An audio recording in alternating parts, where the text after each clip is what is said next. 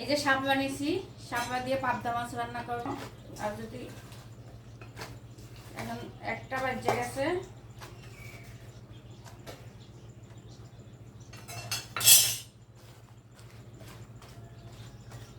একটু হালকা ভাপ হইবে, শাপলাটা উঠে ফেলাবো, রেখে দিতে আসি। এখন এইটার মধ্যে আমি এই যে পুঁই শাক রান্না করবো মাছের মাথা দিয়ে।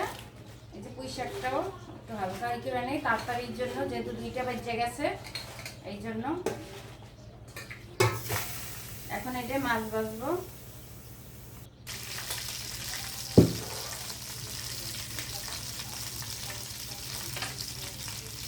পেঁয়াজ আর রসুন বাটা দিতেছি। এখানে রসুন, দেশি রসুন বাইটে নিচ্ছি। এখানে জিরা বাটা দিতেছি একটু, মরিচের চামচ একটা, হলুদের গুঁড়ো 1 চামচ, মরিচের গুঁড়ো 1 চামচ, সিদ্ধ দিয়ে কষাবো।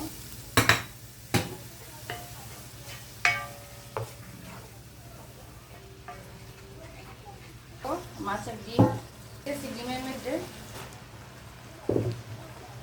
14 করতে গেলে দেবে, এই দিবে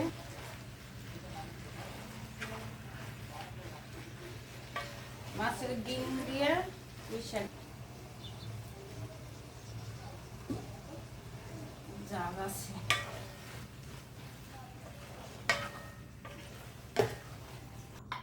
সব দিয়ে দিতে আছি।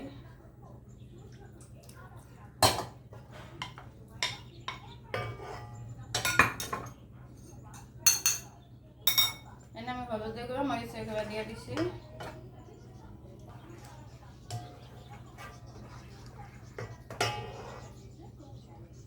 লবণ দিয়ে দিতেছি স্বাদ মতন। মাছটা দিয়ে দিতেছি।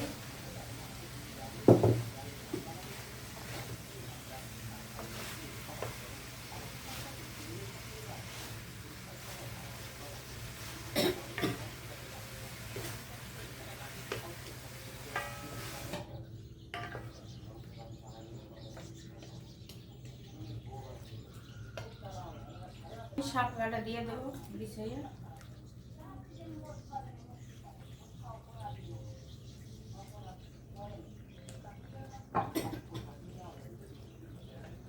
এখন 10-15 মিনিট আমি ভালো মতন, এটা হয়ে গেছে। এখন আমি নামাই ফেলবো। অনেক মজাদার তরকারি হয়ে গেল। এই যে